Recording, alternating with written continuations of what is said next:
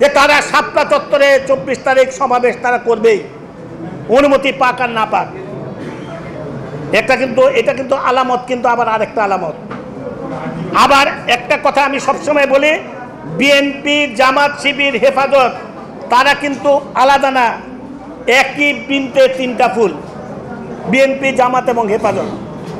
আবার হেফাজতকে নামিয়ে বাংলাদেশে আরেকটা অস্থিতিশীল অবস্থার সৃষ্টি করতে চায় এই শাপলা চত্বরের সমাবেশের নামে। আর তাদেরকে এইভাবে অরাজক অবস্থা সৃষ্টি করার সুযোগ করা দেওয়া যাবে না। তারা কিন্তু আবার হেফাজতে নামাতে চাচ্ছে, এটা মনে রাখবেন। কোনো অবস্থাতেই তাদেরকে সেই সুযোগ দেওয়া যাবে না। আবার সেই অবস্থা সৃষ্টি করবে, সেই অবস্থা করতে দেওয়া যাবে না, পরিষ্কার কথা। সেই ব্যাপারেও আপনাদের সবার আজকে সতর্ক থাকতে হবে। সে ছিল একটা অনুপ্রবেশকারী, পরবর্তীতে আইএসআইয়ের এজেন্ট হিসেবে আইএসআইয়ের টাকায় বিএনপি নামক দলটির জন্ম দিয়েছে এবং তারপর থেকে এই পর্যন্ত যা কাজগুলো চলছে একই সূত্রে গাঁথা।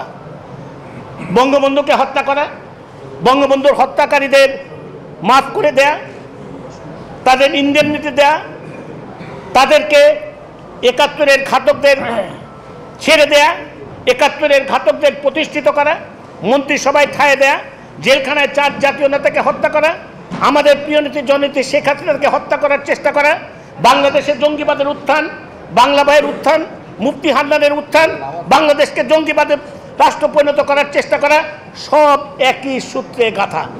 এবং এই কাজগুলো শুরু করেছিলেন জিয়াউর রহমান। মুক্তিযুদ্ধে আইএসআইয়ের অনুপ্রবেশ টাকা, আইএসআইয়ের এজেন্ট হিসেবে অনুপ্রবেশ করে এই কাজটা শুরু করেছিলেন। এখন এটা বোঝা যাচ্ছে, পরিষ্কার হয়ে গেছে একেবারে, এতে কোনো সন্দেহ নাই।